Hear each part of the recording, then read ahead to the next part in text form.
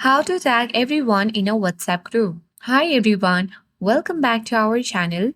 This is Rose and I'll guide you to tag everyone in a WhatsApp group. Without further ado, let's get started. Launch WhatsApp application on your device. Make sure that you sign in to your account. Now look for the group chat where you want to tag everyone and tap to access it. Suppose if this is a group chat where we want to tag everyone, you need to tap the message bar at bottom.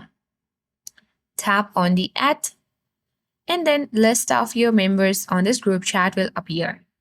Currently in this updated version, we are not able to type everyone and tag everyone at once, but alternatively, you can easily tap individually, typing at and tapping on this member. You can now type in any message and tap the send button. And now the tagged users will get notified about this. So I hope this guide was helpful. If it was, don't forget to like, share and comment. Thank you for watching and I'll see you in the next video.